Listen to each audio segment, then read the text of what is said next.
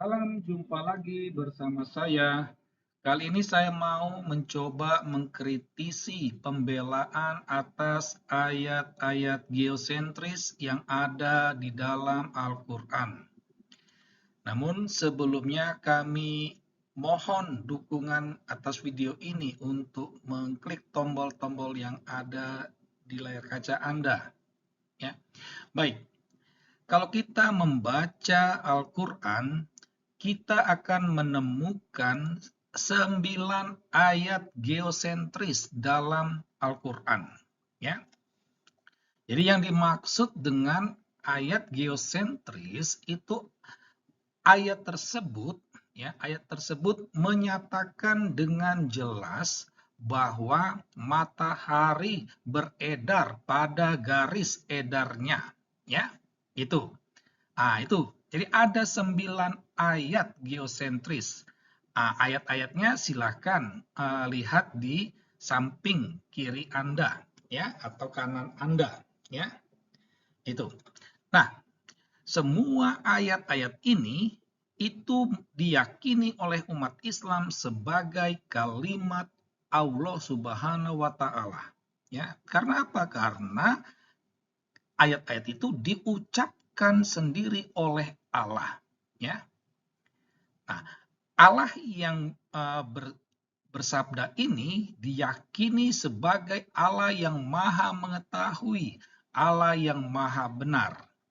Karena itulah umat Islam percaya, ya, percaya bahwa 9 ayat itu benar adanya. Akan tetapi kalau kita membandingkan dengan data ilmiah, jelas ini semuanya bertentangan, ya. Ya, bertentangan sama sekali. Ilmu pengetahuan saat ini itu jelas-jelas menolak yang namanya geosentris, tetapi menerima teori heliosentris. Artinya, matahari dia tidak beredar pada garis edarnya, tetapi dia tetap, sedangkan bumi, bulan semuanya beredar pada garis edarnya, garis orbitnya mengelilingi matahari. Ya, fenomena inilah yang menyebabkan terjadinya siang dan malam. Ya, tetapi umat Islam tetap percaya akan geosentris ini karena apa? Loh, Allah yang bersabda. Ini kalimat Allah. Tidak mungkin Allah itu salah. Allah kan maha benar.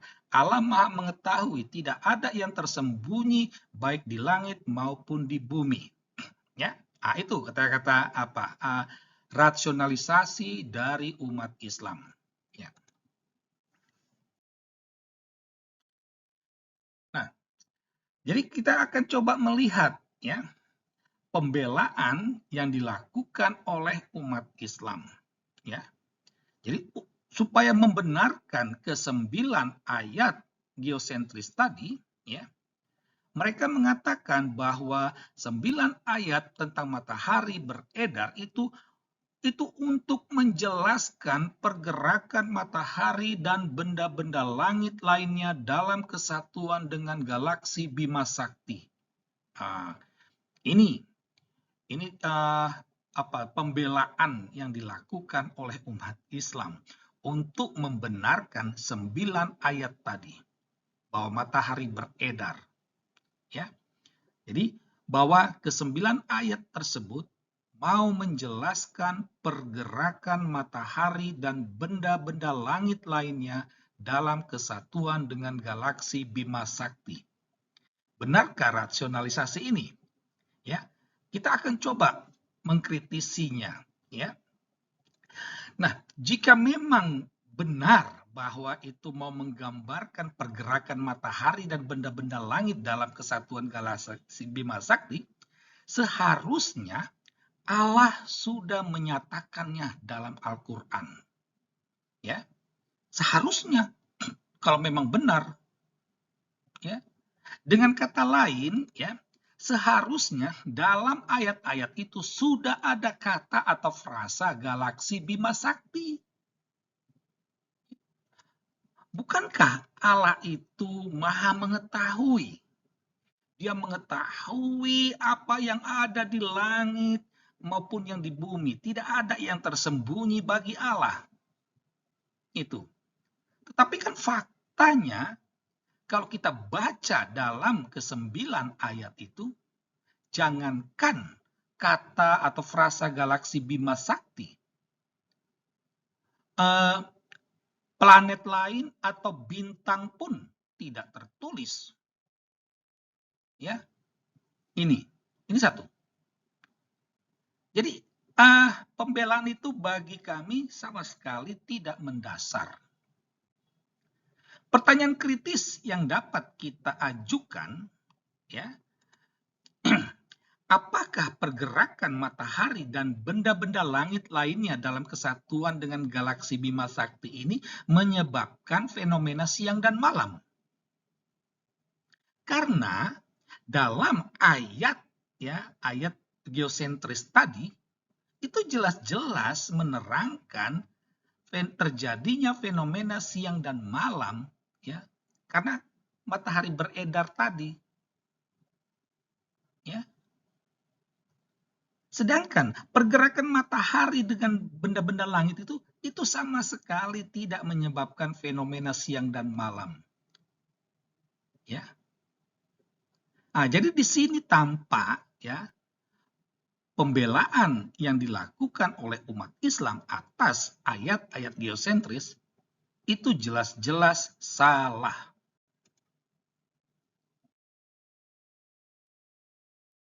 Nah, jika pembelaan, ya, bahwa pembelaan 9 ayat geosentris dalam Al-Quran itu salah,